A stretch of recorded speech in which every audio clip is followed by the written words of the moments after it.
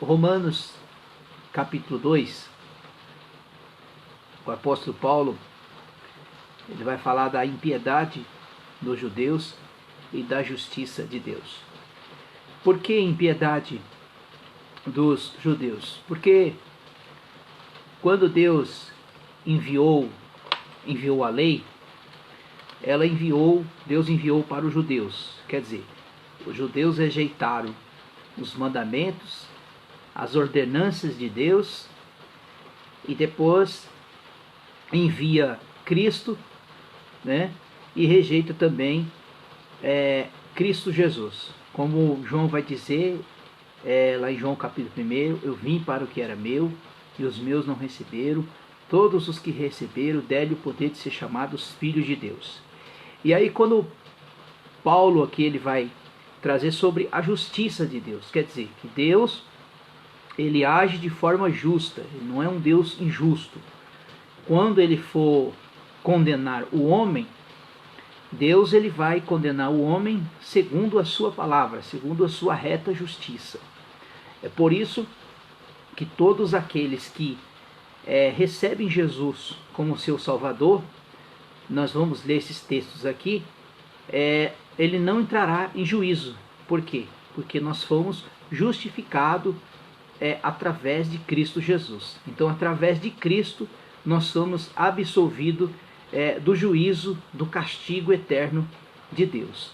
Então, aqui, nós vamos ler esse capítulo 2, nós temos que ter muita atenção para ter a interpretação, que aqui Paulo ele vai falar em questão da lei, né? Antes da lei antes da lei, o pecado já estava no homem. Depois que o homem conheceu a lei, aí o pecado já estava acreditado no homem, né? Até Êxodo 20 não havia lei. Então, o capítulo 2 começa assim, ó. Portanto, és indesculpável quando julgas, quer que seja, pois condenas a ti mesmo aquilo que julgas, porque tu julgas, faz o mesmo. Bem sabemos que o juízo de Deus é segundo a verdade, sobre os tais coisas fáceis, né? Quando Paulo diz aqui que bem sabemos que o juízo de Deus é segundo a verdade, que verdade é essa? É a verdade da palavra de Deus. Então, o homem ele vai ser julgado pela palavra, né? Porque ele diz assim, ó, João 7:24, não julgueis apenas pela aparência, mas faças julgamento justo, né? Quer dizer, o que o Senhor Jesus quis dizer com isso? Que nós não devemos julgar segundo a aparência, mas segundo a palavra. Um exemplo, o que é julgamento? É fazer uma afirmação não numa verdade. Então, quando nós vamos trazer uma repreensão sobre alguém, nós temos que fazer segundo a palavra de Deus. Versículo 3. Tu, homem, que julgas que faz tais coisas, pensa que fazendo tu escapará do juízo de Deus. Então, como é que o homem ele escapa do juízo de Deus? O Senhor Jesus disse, João 5:24 diz assim, ó, em verdade vos digo, quem ouve a minha palavra, não a minha, a palavra do Senhor Jesus. Jesus disse o quê? João 5:24, em verdade vos digo, quem ouve a minha palavra e crê naquele que me enviou, tem vida eterna. Aí a parte final do versículo, não entrará em juízo, mas passou da morte para a vida. Então, como é que o homem se livra do juízo e da ira de Deus? Quando recebe Cristo Jesus como seu Salvador. E aí nós vamos entrar aqui na questão da justificação pela fé. O homem se torna justo diante de Deus pelo meio de Cristo Jesus. Por isso que Jesus diz, olha, vós já são julgados pelas palavras que eu vos tenho falado. Então, o homem, quando morre sem Cristo e morre sem a justiça que há em Cristo Jesus, ele já está condenado. O que vai acontecer lá no juízo final é simplesmente o que Deus vai fazer, vai bater o martelo, porque condenado já está. Quando o homem rejeita Cristo Jesus como seu Salvador, ele naturalmente já entra debaixo da justiça e do juízo de Deus. Salmo 42, 2 assim, ó: não entres em juízo com o teu servo, porque a tua justiça se achará justo nenhum vivente. Quer dizer, nenhum ser vivente, ele é justo por sua própria justiça, né? Eu não posso bater a mão no peito e me colocar como justo, mas eu posso dizer que eu sou justo porque Cristo me justificou diante do Senhor. O versículo 4 diz assim, ó: ou desprezei que a riqueza e a sua bondade, a tolerância e a paciência, ignorando a bondade de Deus, para levar ao arrependimento. Quando Paulo diz aqui, são pessoas que não querem a graça de Deus através de Cristo. Eles ignoram os conhecimentos, ignoram a palavra de Deus, ignoram o Cristo Jesus. O que quer dizer, quando Paulo diz aqui, o que é a palavra perseverança? Perseverança é a qualidade de que não desiste com facilidade, tem persistência, prossegue ao trabalho pelo seu excessivo de perseverança, característica ou peculiaridade de perseverança. Um exemplo, quando a pessoa ela coloca no seu coração, olha, eu tenho um objetivo na minha vida, tenho um objetivo na minha vida secular, na vida ministerial, ou que seja. Então, a pessoa, enquanto ela não consegue realizar aquele sonho, ela se torna ali perseverante. Então, a vida cristã é assim, é uma vida de perseverança, né? Hoje eu sou cristão, amanhã serei e sempre estar ali firme com Cristo, quer dizer, perseverança. O versículo 5, que segundo a teimosia do coração impenitente, acumula ira para ti no dia da manifestação do juízo de Deus. Quando fala aqui juízo de Deus, né? O juízo de Deus, claro que Deus vem já aplicando a sua justiça através da sua palavra, né? Ele vem convencendo, o Espírito Santo convencendo o homem do pecado, da justiça e do juízo. Agora, quando ele fala aqui da manifestação do juízo, ele está falando do juízo, o trono branco, o juízo final, o qual o justo, os que perseveraram em Cristo Jesus não passará por este juízo, porque o juízo de Deus já aconteceu através da sua palavra. Deus recompensará a cada um segundo as suas obras. O versículo 7. Dará a vida eterna aos que têm perseverança em fazer o bem, procurar glorificar, honra a corrupção. Mas digno é a ira aos que são contenciosos, desobediente à verdade, desobediente à iniquidade. Então aqui, você vendo aqui o apóstolo Paulo, ele está falando aqui, quem é que vai passar por esse juízo? Para aqueles, né, que são desobedientes, antenciosos à verdade, diante as suas iniquidades, pelas as suas ações, pelos seus pecados. O versículo 9 diz assim: a tribulação e angústia sobre a alma do homem, que a obra do mal, primeiramente do judeu e depois do grego. Versículo 10: mas a glória, honra e paz, qualquer que pratica o bem, em primeiro lugar do judeu e depois do grego. Por que Paulo fala aqui primeiramente dos judeus e depois do grego? Porque a lei, até Êxodo 20, não havia lei. Essa lei não existia, mas existia a lei moral. né? E essa lei, ela veio para os judeus. Por isso que Deus vai tratar severamente, primeiramente, com os judeus. Porque Paulo está dizendo assim, ó, o versículo 9. A tribulação e angústia sobre a alma do homem, e que é a obra do mal, primeiramente do judeu, e depois do grego.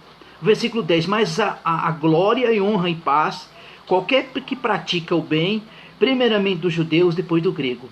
Pois para Deus não faz exceção de pessoas. Né? Quando Paulo falou assim que Deus agora não faz exceção de pessoas, que agora ele não faz mais exceção entre o judeu e o grego. Agora todos estão no mesmo nível, né?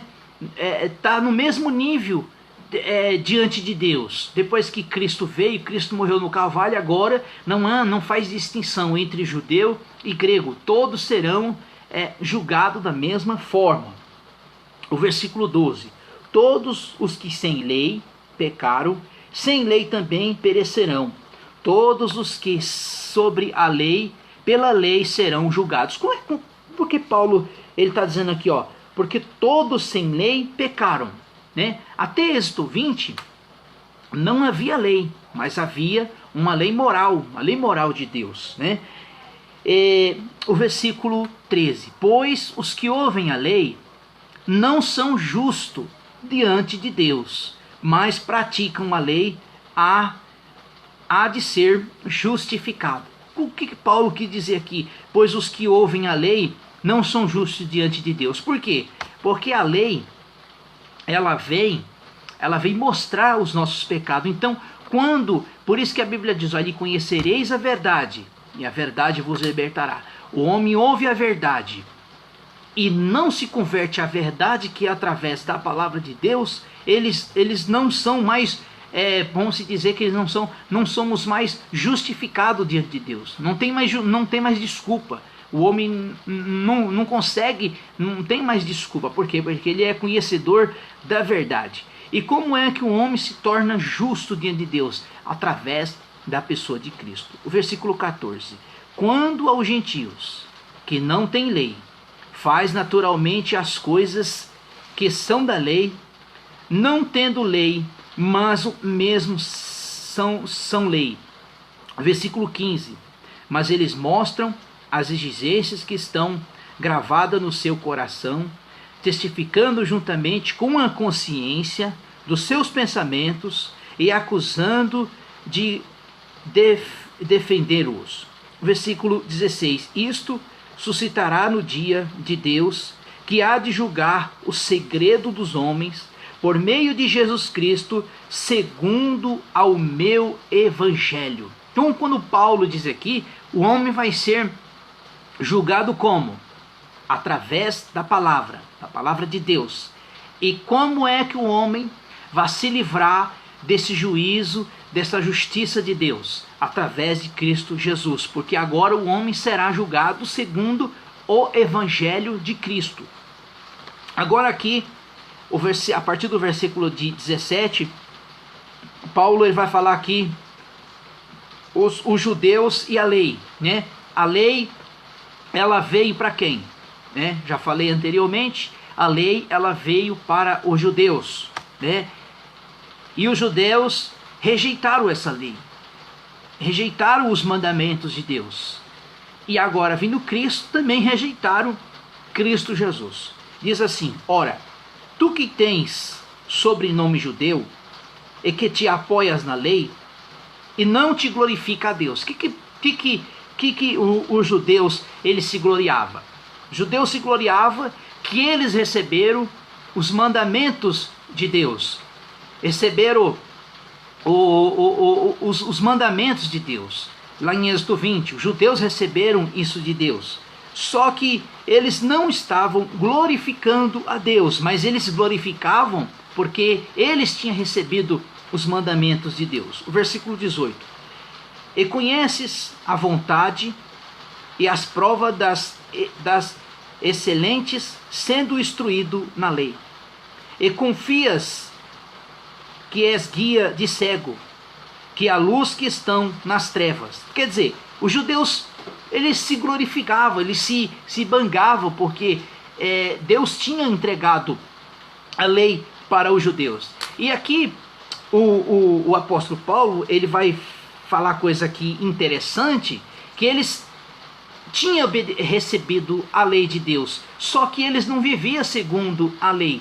Então, receber a lei e não obedecer a lei segundo a vontade de Deus, aí Paulo vai dizer assim, o versículo 1, e tu, pois, que ensina a outro, e não te ensina a ti mesmo, e tu que pregas que deve furtar e furtas, e tu que dizes que deve adulterar e adulteras, que abominas os ídolos e rouba os templos, e tu que te glorias na lei, desonra a Deus pela transgressão da lei. Quer dizer, ele estava falando aqui a questão dos judeus, eles receberam, mas eles pregavam que não era para roubar e roubava, pregava que era pecado adulterar e adulterava, né? Quer dizer, porque eles tinham recebido a lei de Deus.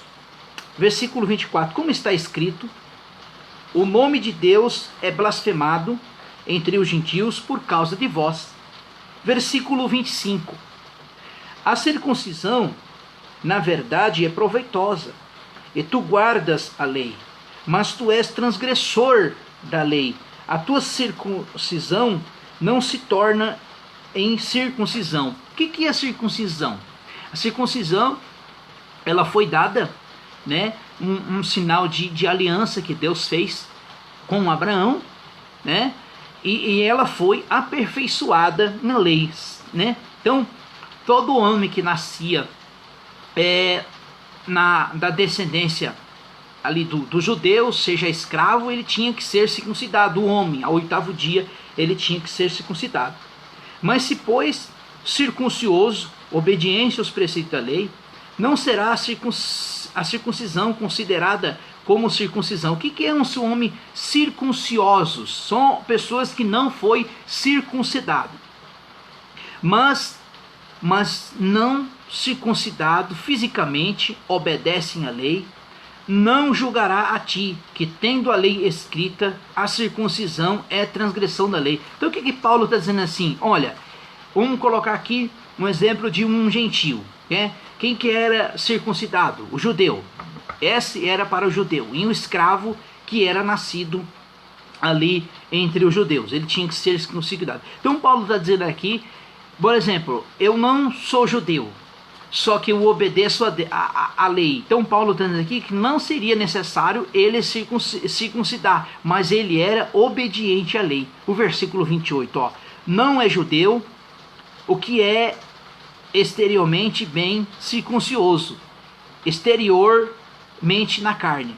O versículo 29, antes o judeu, que o interior é a circuncisão, que é do coração, o espírito não na letra, cujo para louvor provém homens, mas de Deus. Então é o que acontece conosco hoje. Isso aqui era um ato cerimonial.